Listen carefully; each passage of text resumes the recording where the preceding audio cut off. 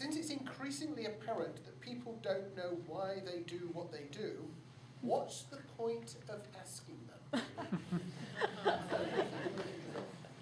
I'll start with the behavioural researcher. I think people often, when they speak to me, they think that because I do observational research, because my company's tagline is almost what people say they do isn't what they do, they think I'm going to be very down on other kinds of research methods, and I'm absolutely not. In fact, what I can tell you is that when we do depth interview studies, do a lot of mixed method things, mixed method research approaches, about 80% of what people tell you is what they actually do. So if you're looking for about 80% accuracy in terms of what they do, what people say they do, then you're absolutely fine. I mean, and if that's the kind of level of accuracy that your client wants or the client needs, then that's absolutely fine. And actually, in a lot of projects, you can't use any other method other than asking people, because you can't concept test without asking someone. There's no, you literally need to ask people. I mean, the extra 20% is a really interesting area, because you're starting to get into new insights, things that challenge current assumptions, things that build new opportunities. So that's effectively where my business works, in that space.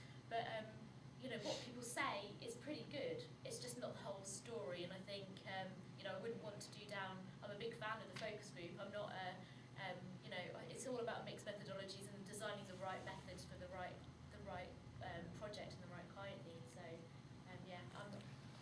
So Ken, is there any point asking participants questions about why they do things? Yeah.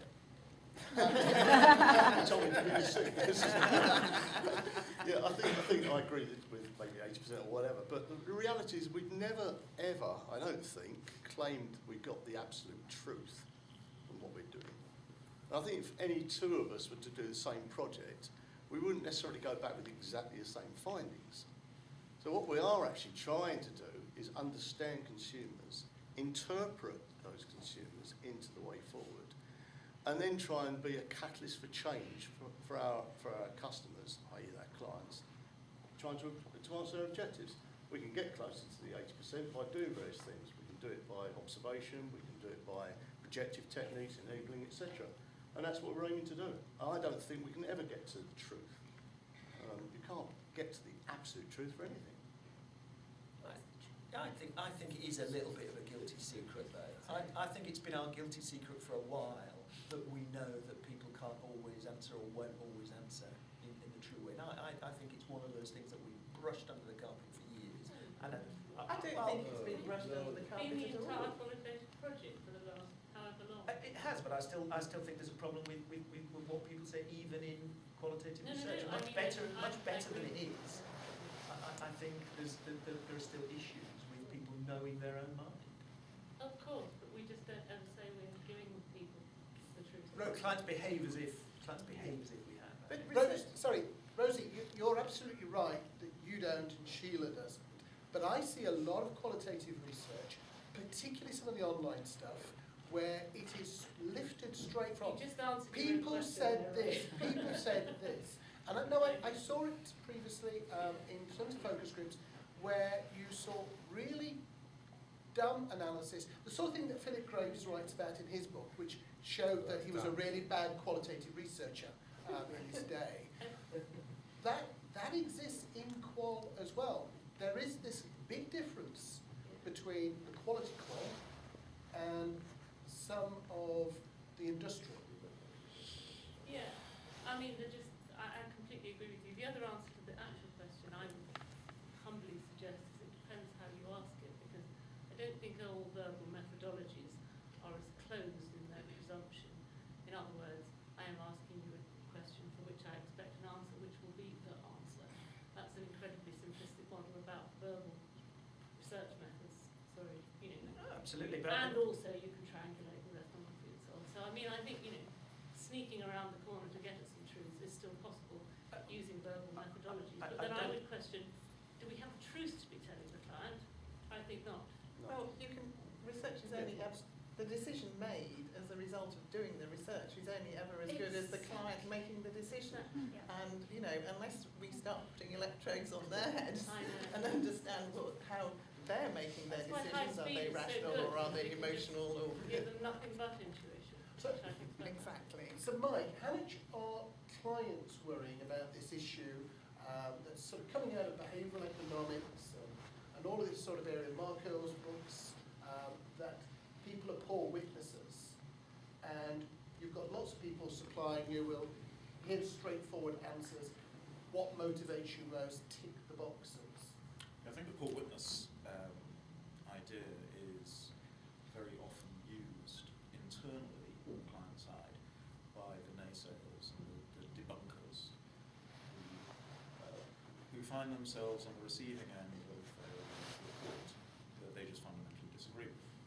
And so they use that and they say, well, it's ridiculous. I was speaking to a man in the pub the other day and he was clearly talking bollocks, and so why should I listen to anything that anyone says? You know, it's basically, so the internal side can be pretty disheartening, actually. And at a more profound level, I think there will be.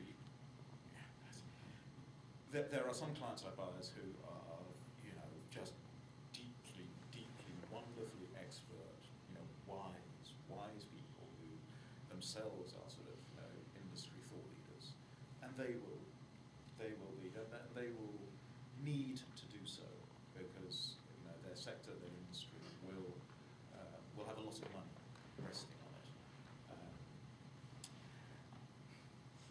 But I do think that. We've also got to recognise that the question suggests a sort of a research purity, that you have to, you know, the reason for a project is to get at the truth.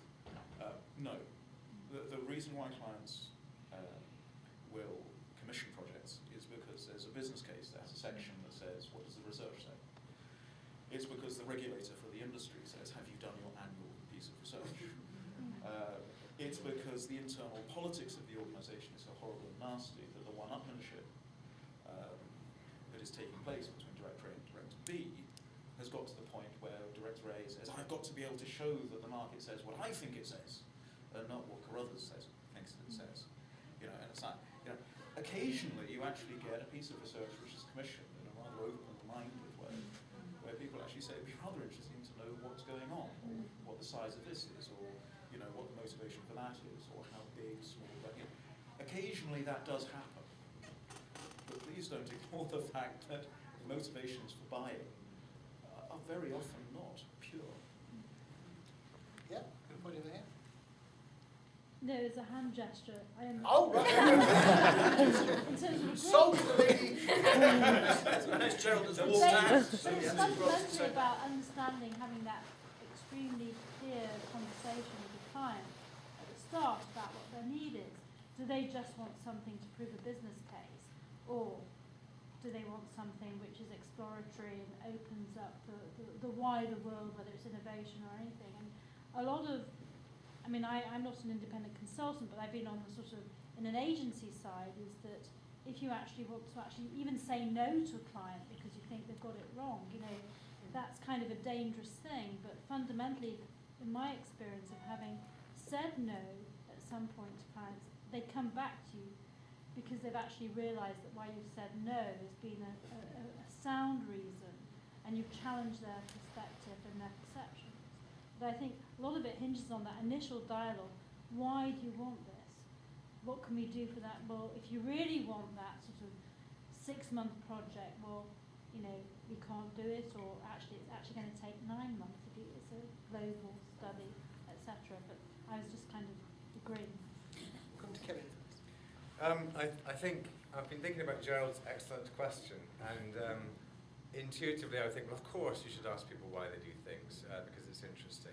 But actually, I think the short answer to the question is no. There is no point asking people why they do things. If there's a client breathing down your neck, assuming that whatever somebody says is in some way the truth or is in some way adequate, because it never is. Because there is no why. You know, why did I have muesli for breakfast? There is no answer to that question. I just did. And I think you can make up, and people will make up all kinds of things.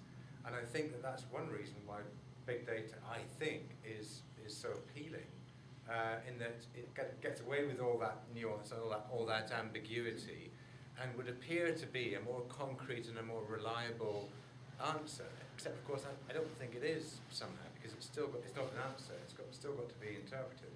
I think the biggest sort of oxymoron is this unreliable narrator. I've heard poor witness, which is interesting, but I think the real killer blow potentially is the unreliable narrator idea, that anyone says is so prejudiced and is so kind of confusing that it bears no relation to the truth. Well, all narration is unreliable.